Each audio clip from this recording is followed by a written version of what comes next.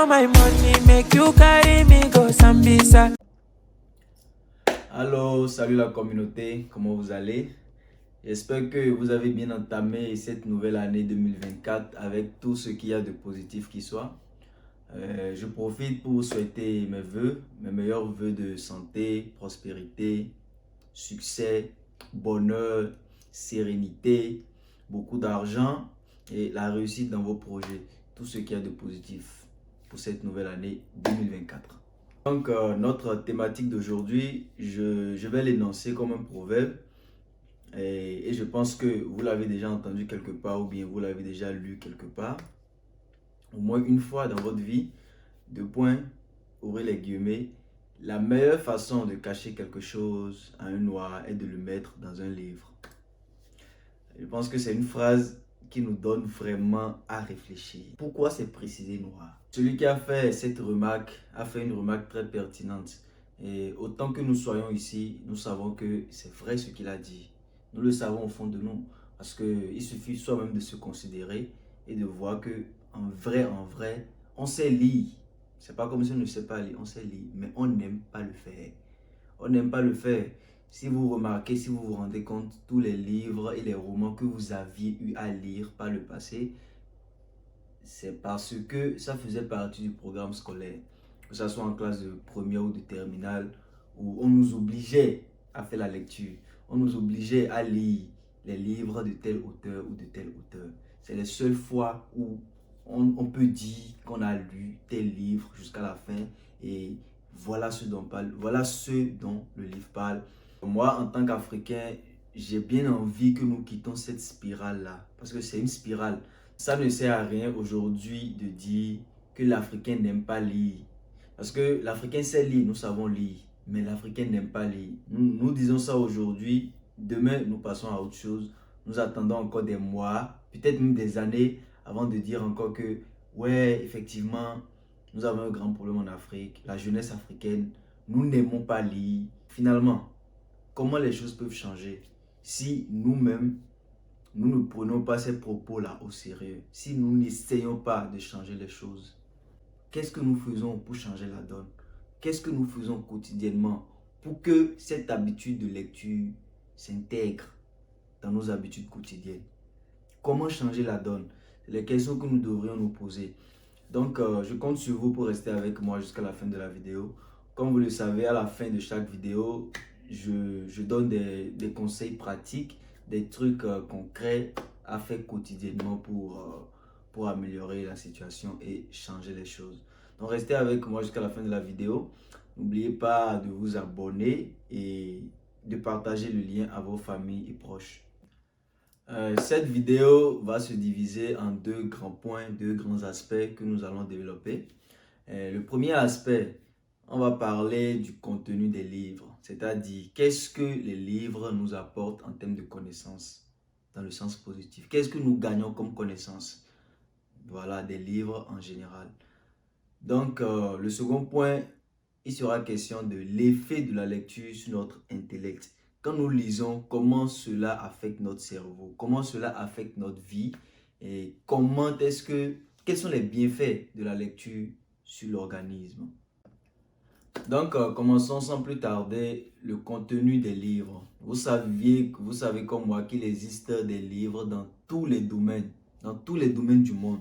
Que ce soit des livres politiques, que ce soit des livres économiques, que ce soit des livres de sciences, des livres de fiction, les BD, bandes dessinées, les romans.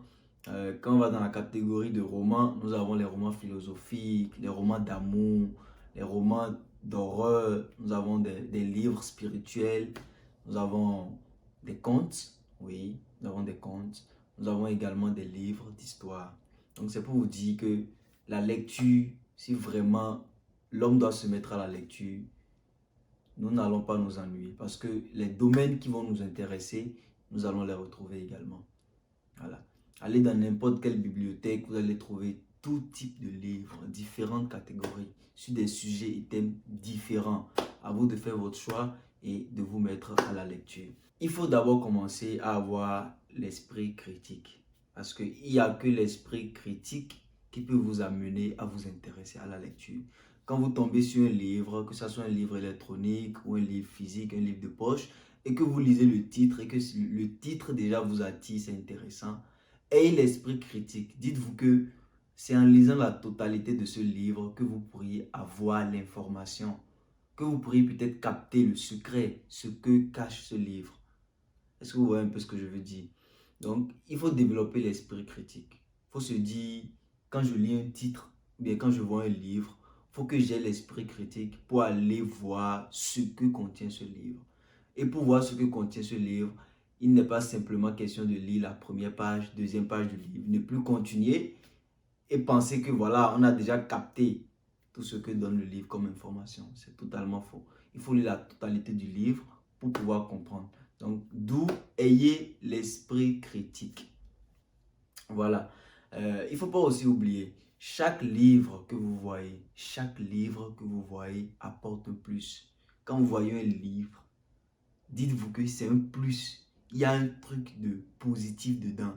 Tant que vous ne lisez pas ce livre, ce plus que ce livre peut vous apporter, vous n'allez jamais la connaître.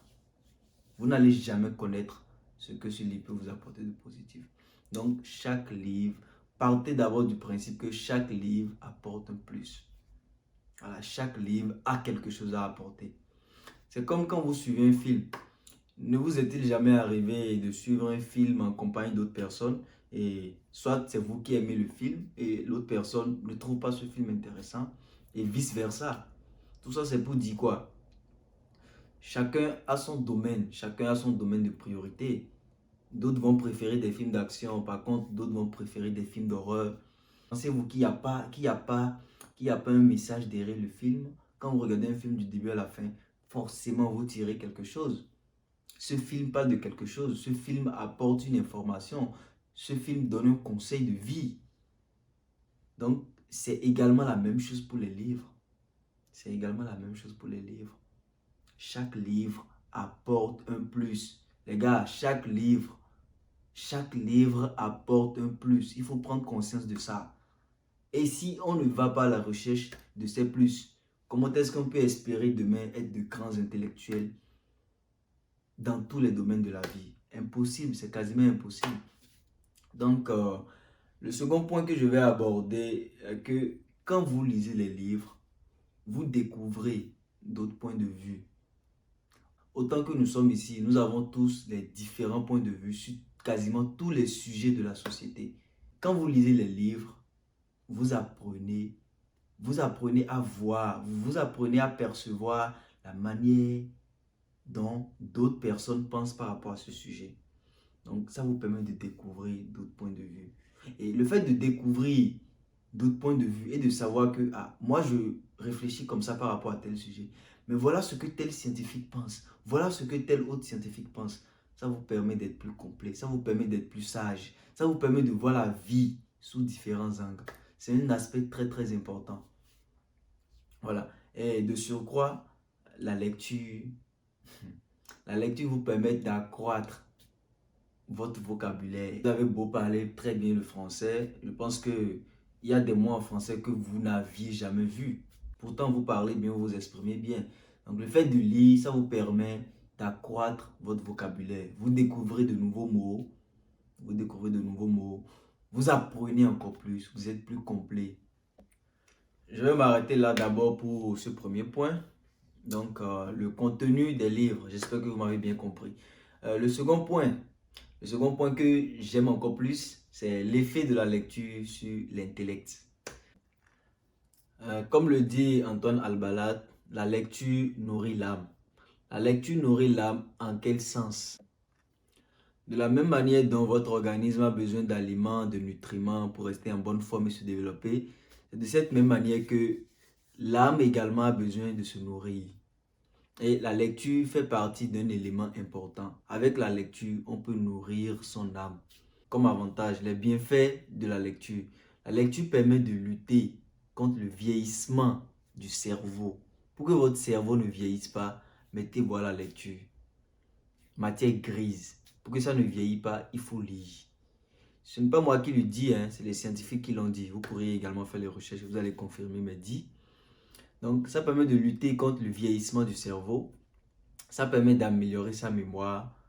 Améliorer sa mémoire dans le sens où, quand vous prenez un livre de 200 pages, par exemple, vous lisez aujourd'hui 10 pages et vous vous arrêtez, et que 3 jours après, vous voulez continuer et que vous commencez à partir de la 10e page. Forcément, vous créez une chronologie. Donc, vous vous rappelez de ce que vous aviez lu déjà par le passé et vous ajoutez ce que vous lisez aujourd'hui pour pouvoir faire la chronologie et comprendre de manière globale ce que ce livre-là vous apporte comme information. Donc, c'est dans ce sens où ça améliore votre mémoire. Vous avez la facilité à vous rappeler des choses passées. Vous entraînez votre cerveau à se rappeler des choses passées. Donc, ça améliore la mémoire. Et également, ça diminue le stress. Ça permet de diminuer le stress. Parce que quand vous prenez un livre, vous vous concentrez, vous lisez. En ce moment précis-là, vous oubliez vos problèmes. Vous oubliez tous vos problèmes qui vous stressent et vous essayez de comprendre ce qu'il y a comme information dans ce livre. Vous vous imprégnez de l'histoire de ce livre. En ce moment précis, vous ne pensez plus à vos problèmes et vous n'êtes pas stressé. Donc ça permet de diminuer le stress. Ça permet de développer les capacités d'analyse, c'est logique. Ça permet d'améliorer l'attention et la concentration. Logique naturellement aussi.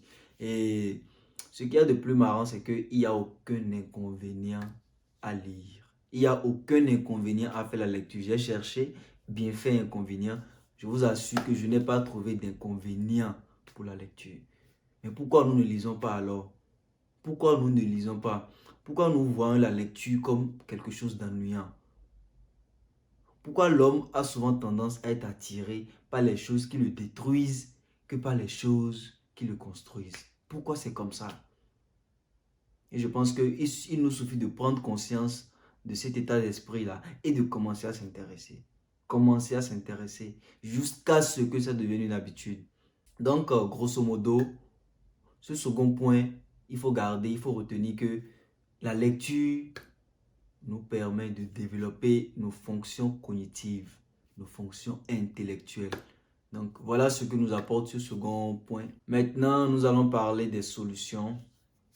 Nous allons parler des solutions pour y remédier. Donc, comme solution, voilà les choses que vous pourriez faire chaque jour, pour ne pas dire par semaine, par mois, par an, pour que la lecture devienne une habitude. Donc, il faut finir au moins un livre chaque année. Il faut se dire que chaque année qui passe, on doit finir au moins de lire un livre. Il faut se fixer cette limite-là.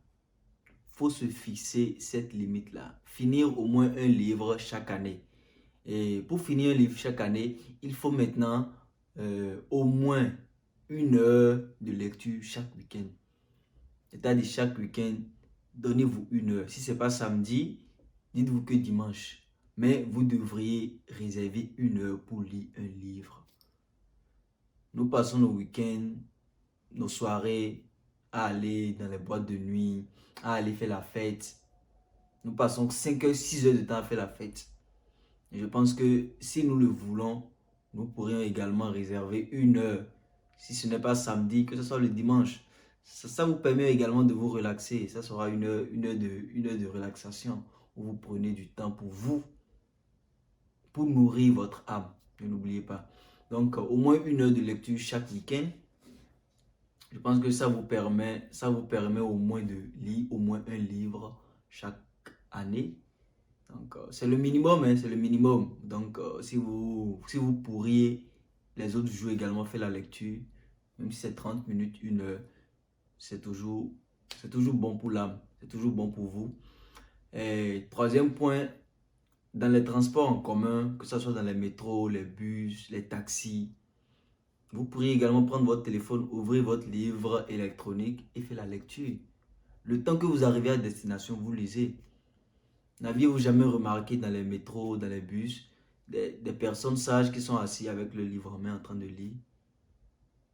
Voilà, au lieu de rester là dans le transport en commun, se laisser distraire par la personne qui entre dans le bus, la personne qui sort du train, au lieu de s'intéresser à ces futilités-là, il serait mieux dans les transports en commun aussi de prendre son livre, de baisser sa tête et de lire. Oubliez tout ce qui vous entoure en ce moment précis-là et intéressez-vous à votre lecture. Donc, faites la lecture dans les transports en commun quand on est en déplacement. C'est une très bonne manière de lire régulièrement et de ne même pas sentir. Voilà. En été également, pendant les vacances, quand vous allez à la plage pour vous bronzer, et que au moment où vous bronzez, vous pourriez également avoir votre livre de poche sur vous et faire la lecture. C'est très important aussi. Ça vous permet de passer des vacances, de profiter du bon temps comme vous l'avez planifié et en même temps de nourrir votre âme, en même temps de gagner une connaissance, de gagner un plus. Donc, c'est les petits conseils que moi, j'ai trouvés pour pouvoir remédier à cette lecture que nous, Africains, nous n'aimons pas. Je dis Africains plus particulièrement, sinon généralement, la jeunesse doit s'intéresser vraiment à la lecture. Et dernier point comme solution que je trouve, pour se motiver à lire, si vous n'aimez pas la lecture, si vous trouvez que la lecture c'est vraiment ennuyante et vous n'avez pas cette habitude, donc c'est difficile de commencer. Et si vous avez un partenaire ou bien vous avez quelqu'un avec qui vous passez plus de temps généralement, vous pourriez faire la lecture avec cette personne-là. C'est-à-dire, vous faites la lecture, vice-versa. Ceux qui ont des partenaires, c'est encore l'idéal. Vous lisez à une personne qui vous écoute. Voilà. Même si vous, au début, vous n'êtes pas intéressé, le fait de savoir que vous lisez avec telle personne, la personne est là, la personne vous écoute, vous vous dites forcément que bon, vous ne lisez pas forcément pour vous, mais vous lisez pour cette personne. Donc, le fait de lire, ça commence à être déjà une habitude et la personne à qui vous lisez vous écoute. Et après, maintenant, c'est cette personne qui lit et vous, vous écoutez. Donc, ça vous permet de commencer à vous intéresser à la lecture. Et je pense que c'est un point aussi important. Pour ceux qui diront que les livres, bon, pour avoir un livre aujourd'hui, il faut acheter aussi. Ils ne sont pas prêts à faire cet investissement-là. Il n'y a pas de problème. Je vous garantis qu'en ligne, il y a plein de livres gratuits sur tous les domaines. Donc, vous n'avez pas d'excuses. Il y a plein de livres gratuits, plein de livres importants aujourd'hui qui sont gratuits. Il y a des livres électroniques. Dans votre téléphone, vous avez votre livre électronique. Dans le métro, vous prenez, vous ouvrez, vous défilez à la page où vous vous étiez arrêté. Vous allez continuer à lire. Donc vraiment, vraiment, vraiment, il n'y a pas d'excuse pour ne pas commencer à faire la lecture. Je suis tombé sur un article la fois dernière qui disait les 12 livres qui ont changé la vie d'Elon Musk. Aujourd'hui, Elon Musk, c'est un géant que tout le monde respecte. Tout le monde veut être comme Elon Musk. Qui ne veut pas aujourd'hui être comme Elon Musk? Si nous voulons être comme Elon Musk, pourquoi nous ne faisons pas comme Elon Musk? Les 12 livres qui ont changé la vie d'Elon Musk. Je vous invite à aller rechercher ces livres et avec un peu de motivation, lisez ces livres. Qui sait, peut-être que ces livres changeront aussi vos vies. J'espère que au fil des années, cette phrase qui dit la meilleure façon de cacher quelque chose à un noir est de le mettre dans un livre ne sera plus vérifiée. Je l'espère et je compte sur nous tous pour que la donne change. Pour ceux qui ont déjà des enfants, commencez déjà à les inculquer l'importance de la lecture. Parce que c'est un point important où les blancs, c'est un point très important où les blancs nous dépassent. Le blanc sait que le noir n'aime pas lire. Donc, s'il a un truc important, s'il a un truc comme secret de la vie, pour débloquer certaines situations de la vie, il suffit qu'il le mette dans un livre qu'il va publier. Il publie le livre. Les Européens s'intéressent, les intellectuels s'intéressent, ils vont capter cette connaissance-là. Tandis que nous, Africains, nous sommes là. Pourquoi ne pas aller lire?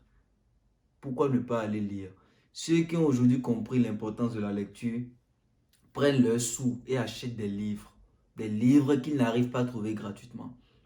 Ils prennent leur argent, ils achètent ces livres et ils lisent ces livres jusqu'à la fin. Et demain, ils prennent encore leurs sous, ils achètent encore d'autres livres. Vous pensez que s'ils ne trouvaient pas des choses positives, ils allaient continuer à le faire. Ils n'allaient pas continuer à le faire. Mais je vous encourage, je nous encourage à commencer d'abord par les livres gratuits. Il y en a plein, très intéressants. Et avec le temps, peut-être que si nous arrivons à capter l'importance de la lecture, nous allons également commencer à prendre nos propres sous pour acheter les livres et commencer à lire. Commencer à aller à la recherche de la connaissance. Donc voilà, je pense que je suis à la fin de la vidéo. N'oubliez pas d'aller checker les 12 livres qui ont changé la vie d'Elon Musk. Je pense que je ferai une vidéo dessus après. Cette vidéo sera la partie 1 de ce thème qu'est la lecture. Je ferai après la partie 2 de ce thème qu'est la lecture.